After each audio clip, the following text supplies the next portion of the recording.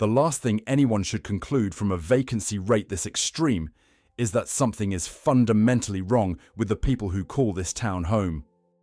Blacklion, County Cavan, sitting directly on the border with Northern Ireland, recorded a residential vacancy rate of 46.4% in the 2016 census, the highest figure ever formally recorded for any village anywhere in Ireland. Close to 1 in every 2 homes in Blacklion stood empty at that specific point in time. I want to be precise about that figure before going any further, because precision matters enormously here. This is a historical data point from 2016, not a description of the town as it stands today. And understanding exactly why that number reached the level it did requires understanding decades of history that had almost nothing to do with anything the residents of Blacklion themselves did or failed to do. Blacklion sits on the southern side of the border, directly across from its twin town of Belcoo in County Fermanagh, Northern Ireland, separated by little more than a bridge over the Belcoo River. For much of the 20th century, before the partition of Ireland reshaped this specific stretch of the country, Blacklion and Belcoo functioned essentially as a single, integrated community, sharing infrastructure, trade, and daily life across a boundary that, for practical purposes, barely existed. The formal border, established following Irish independence in the early 1920s, cut directly through what had previously been one functioning economic unit, immediately introducing customs checkpoints, currency differences, and administrative separation between 2 halves of what residents on both sides had always considered a single community. That initial division was disruptive, but it was survivable,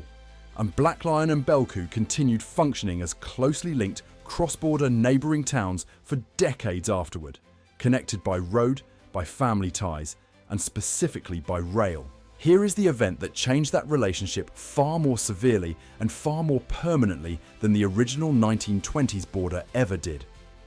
In 1976, at the height of the Troubles, the railway bridge connecting Belcoo and Blacklion was demolished, severing one of the last remaining pieces of formal cross-border infrastructure linking the 2 towns during a period when the wider conflict in Northern Ireland had made the border itself a site of heightened security concern, military checkpoints, and, for the civilian population living directly alongside it, sustained daily uncertainty about crossing what had once been an unremarkable local boundary. The economic consequences of that demolition and of the broader decades of conflict-era border security measures surrounding it, compounded over time in ways that are straightforward to trace, even though they unfolded gradually rather than through any single dramatic collapse. Cross-border trade that had once flowed relatively freely between Blacklion and Belcoo slowed considerably under the weight of security checkpoints and customs restrictions.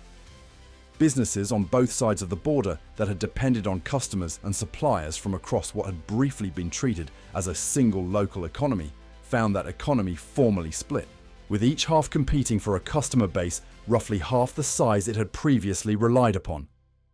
Investment, both private and public, tends to avoid border regions during periods of active political conflict almost as a matter of basic risk management, and Blacklion, sitting directly astride one of the most sensitive and heavily monitored sections of the entire Irish border during the Troubles, experienced exactly that kind of investment drought across several critical decades of its economic development. Here is where a second, more recent factor layered directly on top of that conflict-era marginalisation, compounding rather than replacing it. During the Celtic Tiger property boom of the early 2000s, a tax relief scheme known as the Section 23 incentive encouraged property investment and development in officially designated areas across Ireland, including border regions like Cavan that had historically struggled to attract private investment. That scheme drove a wave of speculative housing construction in towns like Blacklion, built specifically to take advantage of the tax relief available to investors rather than in direct response to genuine local housing demand from people actually planning to live in the area.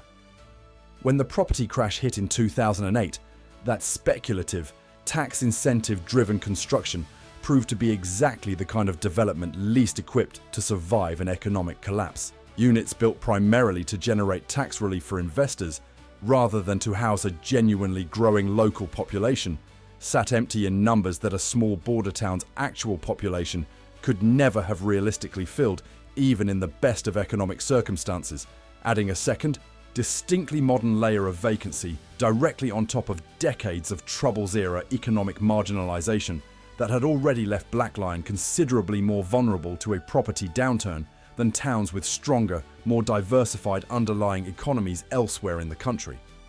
That is the honest, layered explanation behind the 46.4% figure recorded in 2016. It reflects decades of border conflict-driven economic damage, compounded by a specific, nationally documented pattern of boom-era speculative overbuilding that hit vulnerable border towns particularly hard once the tax incentives that drove it no longer made economic sense. Neither factor has anything to do with any deficiency in the community itself, and residents and local historians in Blacklion have, for years, pushed back specifically against outside characterizations that treat the vacancy statistic as evidence of some inherent local failing rather than the direct traceable product of a border history that this specific town never chose and had almost no power to influence. Here is where the story turns toward what has actually been done about it, because Blacklion's history since that 2016 figure has not simply been one of continued, unaddressed decline. Significant, targeted cross-border investment has been directed specifically at addressing exactly the kind of border region economic marginalisation that produced Blacklion's vacancy crisis in the first place, recognising explicitly that towns like this require deliberate policy attention precisely because ordinary market forces alone have consistently failed to correct decades of accumulated, conflict-driven disadvantage. PEACEPLUS, a joint European Union and cross-border funding programme building on decades of previous peace funding initiatives following the Good Friday Agreement, has allocated approximately €1.14 billion toward cross-border development projects across the border region, including specific funding streams targeted at economic regeneration, community infrastructure, and cross-border cooperation projects in towns exactly like Blacklion and its twin town Belcoo, explicitly designed to rebuild the kind of integrated cross-border economic relationship that existed before partition and the Troubles severed it so thoroughly. Separately, the Shared Island Initiative, a broader Irish government policy programme launched in recent years with a committed budget of approximately €2 billion, has directed significant funding towards infrastructure, connectivity, and development projects specifically in border counties, recognising border communities as requiring dedicated, sustained investment precisely because of the unique historical disadvantages this specific region has carried for decades. Disadvantages that towns further from the border and further from the direct impact of the Troubles were never required to absorb in anything like the same way. Here is the honest complication worth acknowledging directly, because presenting this purely as a solved problem would be its own kind of dishonesty. Investment programs of this scale take years to translate into measurable, on-the-ground change, particularly in a small border town where decades of accumulated disadvantage cannot realistically be reversed through funding announcements alone.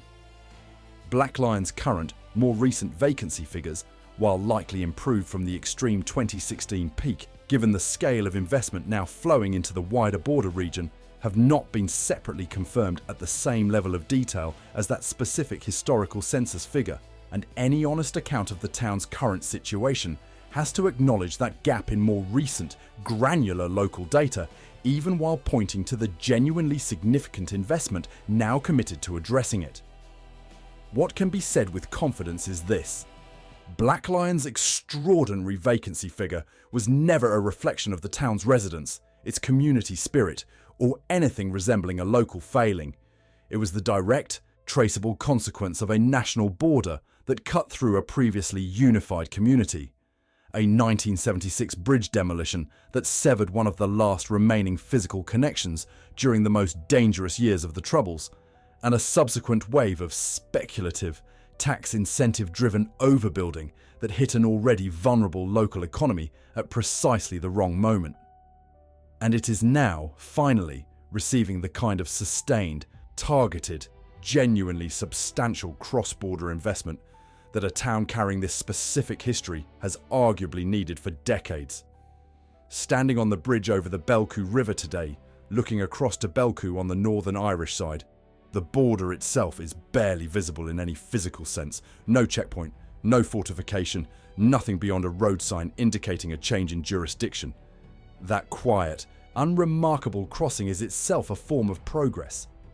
Decades in the making, and the investment now flowing into both towns represents an attempt to finally repair an economic relationship that a very different, far more dangerous version of this same border once worked so thoroughly to sever. If this honest look at what actually happened to Blacklion changed how you think about Ireland's border towns, please subscribe, like this video, and share it with someone who wants to understand this history properly.